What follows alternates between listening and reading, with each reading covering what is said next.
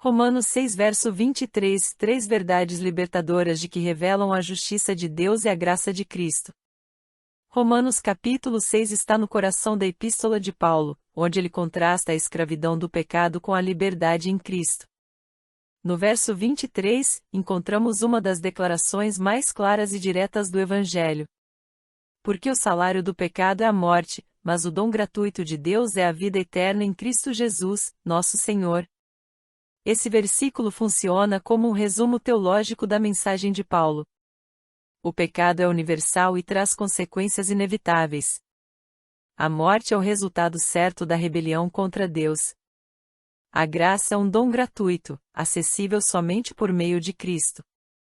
O pano de fundo aqui é importante. Paulo está escrevendo a uma comunidade mista de judeus e gentios em Roma, enfrentando tensões culturais e religiosas. Os judeus confiavam em sua herança e obediência à lei, os gentios estavam imersos em práticas idólatras. Paulo mostra que ambos estão igualmente debaixo do pecado, e ambos dependem unicamente da graça de Deus em Cristo. Esse versículo também revela um contraste literário e espiritual, salário versus dom gratuito. O termo grego para salário, opsia, era usado para o pagamento de soldados romanos, aquilo que se recebia como consequência do serviço prestado. Ou seja, a morte é o pagamento justo do pecado. Em contrapartida, a vida eterna é descrita como dom gratuito, charisma, uma dádiva que não pode ser conquistada, apenas recebida pela fé. Romanos capítulo 6 verso 23 nos convida, portanto, a encarar a realidade do pecado sem máscaras, reconhecer a justiça de Deus, e ao mesmo tempo, nos rendermos à imensidão da graça que se manifesta em Cristo. 1. O salário do pecado é a morte. A primeira parte do versículo diz: o salário do pecado é a morte. Aqui, Paulo usa a palavra grega opsia, termo que designava o pagamento dado a soldados após cumprirem seu serviço. Era uma ideia comum no contexto romano: todo trabalho gera um pagamento justo. O pecado, portanto, é apresentado como um empregador em que paga seu salário, e esse salário é a morte. Essa morte não deve ser entendida apenas no sentido físico. A Escritura fala de três dimensões da morte. Morte física, a separação entre corpo e alma, Gênesis capítulo 3 verso 19, porque és pó, e ao pó tornarás. Morte espiritual, a separação entre o homem e Deus, Efésios capítulo 2 verso 1, ele vos deu vida, estando vós mortos nos vossos delitos e pecados. Morte eterna, a separação definitiva e irreversível de Deus, Apocalipse capítulo 20 verso 14, e a morte e o inferno foram lançados no lago de fogo. Esta é a segunda morte. Paulo deixa claro: o pecado tem consequências. Ele não é neutro, não é inofensivo. É uma força destrutiva que promete prazer, mas paga com morte. Os rabinos frequentemente usavam parábolas para ilustrar que cada transgressão contra a lei tinha um preço. Paulo eleva esse ensino, não apenas uma penalidade ritual, mas a própria morte ao pagamento justo do pecado. Perguntas reflexivas. Você tem levado o pecado a sério, como algo que conduz inevitavelmente à morte? O que tem sido o salário das suas escolhas? Tem colhido vida ou destruição? Quantas vezes somos tentados a minimizar o pecado, a chamá-lo de fraqueza, hábito, ou até estilo de vida? Mas a palavra não suaviza: o salário do pecado é a morte. Essa é a realidade dura que precisamos encarar para compreender a grandeza da graça. Se hoje você sente os efeitos do pecado em sua vida, destruição de relacionamentos, perda de paz, peso na consciência, saiba que isso não é apenas acaso. É o salário, o fruto amargo de uma vida desconectada de Deus. Mas esse diagnóstico não é para te desesperar, é para te despertar. É para abrir seus olhos para a necessidade urgente de salvação. Deus, em seu amor, não oculta essa verdade de nós. Ele nos mostra a gravidade do pecado para que entendamos o valor da cruz. A morte é certa para quem permanece no pecado. Mas a vida é certa para quem se rende a Cristo. Hoje, você pode mudar de empregador. pode sair do domínio do pecado e ser enxertado na graça. Não adie. Cada dia sem Cristo é um dia a mais acumulando o salário de morte. Mas cada passo em direção a Ele é vida abundante e eterna.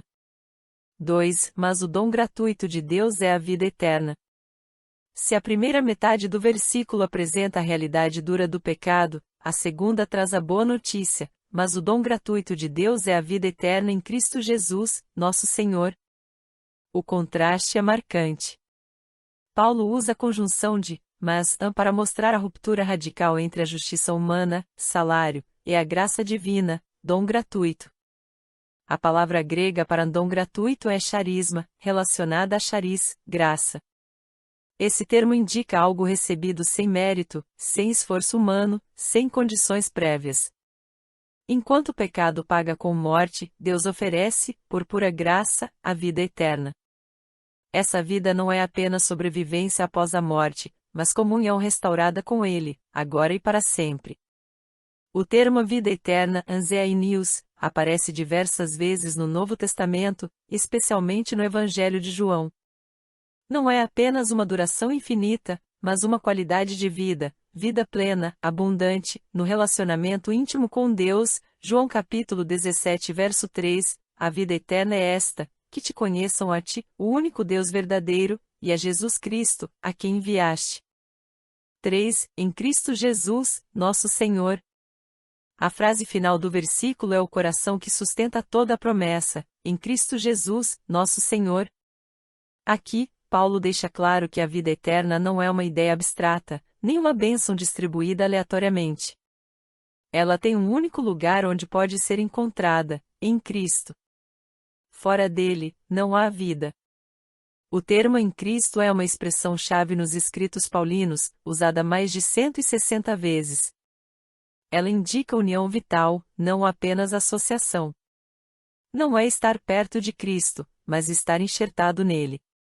É como o ramo na videira, João capítulo 15 verso 5. É como o corpo ligado à cabeça, Colossenses capítulo 1 verso 18. Esse em Cristo aponta para uma nova identidade. Quando cremos, não somos apenas seguidores à distância, mas participantes de sua morte e ressurreição, Romanos capítulo 6 versos 4 e 5. Além disso, Paulo acrescenta nosso Senhor.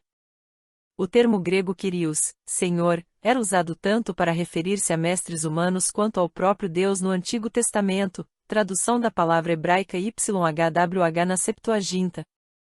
Aqui, ao chamar Jesus de Senhor, Paulo está declarando sua soberania absoluta. Ele não é apenas Salvador, mas também Rei. Ele não apenas perdoa, mas governa. A vida eterna, portanto, não é separada do senhorio de Cristo, recebê-la é render-se ao seu governo. Você já está em Cristo ou apenas perto dele? Jesus é para você apenas Salvador, ou também Senhor sobre suas escolhas, planos e caminhos? Muitos querem o presente da vida eterna, mas não querem o senhorio de Cristo. Querem o céu, mas não querem abrir mão do trono da própria vida. No entanto, o Evangelho não oferece Cristo dividido, ele é Salvador e Senhor. Quem está nele é salvo, mas também aprende a viver sob seu governo. Talvez você já tenha ouvido falar da graça, já tenha até reconhecido que Jesus morreu por você, mas ainda não entregou a direção da sua vida a Ele. Hoje é tempo de se render. Estar em Cristo é mais do que levantar a mão em um culto, é viver diariamente sob sua palavra, guiado pelo seu Espírito, moldado por sua vontade. E essa é a verdadeira liberdade, não há de fazer o que queremos, mas há de viver o que Deus sonhou para nós. Estar em Cristo é viver já aqui como cidadão do céu, sustentado pela graça, transformado pelo Espírito, e aguardando a glória. Fora dele, só a morte. Em Cristo, a vida abundante e eterna. Efésios capítulo 2 versos 8 e 9. Porque pela graça sois salvos, mediante a fé, e isto não vem de vós, é dom de Deus, não de obras, para que ninguém se glorie. Tito capítulo 3 verso 5. Não por obras de justiça praticadas por nós, mas segundo a sua misericórdia, ele nos salvou. João capítulo 10 verso 28. Eu lhes dou a vida eterna, e jamais perecerão, e ninguém as arrebatará da minha mão. Tudo isso confirma que a vida eterna é dádiva divina, e não conquista humana. Não se trata de escalar até Deus, mas de receber o que Ele nos oferece em Cristo. Você tem tentado conquistar a salvação pelas suas obras, ou já a recebeu como dom gratuito em Cristo? Sua vida hoje reflete essa nova vida eterna ou ainda carrega os sinais de quem vive debaixo do salário do pecado? Quantos vivem cansados, tentando agradar a Deus pelas próprias forças, acumulando boas obras como se fossem moeda de troca para comprar a salvação? Mas o Evangelho desmonta essa lógica. A salvação não é salário, é presente. Você não precisa pagar por ela, Jesus já pagou com o seu sangue. Receber esse dom é ato de humildade e fé. É reconhecer que não temos mérito, mas que Cristo é suficiente. É abrir as mãos vazias e confiar que Ele é o Cordeiro que tira o pecado do mundo. Se o pecado nos dá morte, Cristo nos dá vida. Se o pecado nos separa, Cristo nos reconcilia. Se o pecado nos prende, Cristo nos liberta. Hoje, você pode experimentar essa vida eterna. Não é uma promessa para depois da morte apenas, é para agora. É paz em meio ao caos, esperança em meio às lágrimas, alegria em meio às lutas.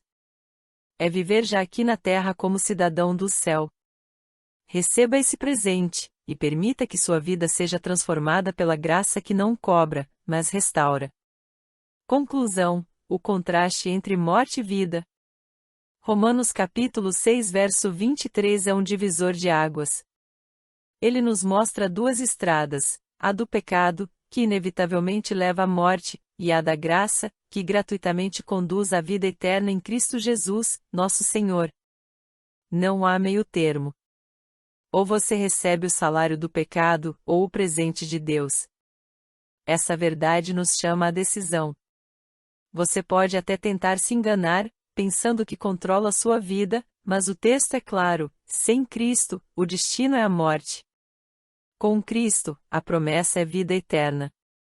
Essa escolha é séria, urgente e inadiável. Você já recebeu esse presente gratuito de Deus?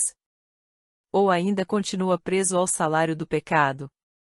O que você fará diante de um Deus que já te ofereceu vida por meio da morte do seu filho? Talvez você esteja vivendo o peso da culpa, das consequências de más escolhas, ou até da sensação de vazio existencial. Hoje, a palavra de Deus não veio para te condenar, mas para te oferecer esperança. O dom gratuito está diante de você. A cruz está diante de você.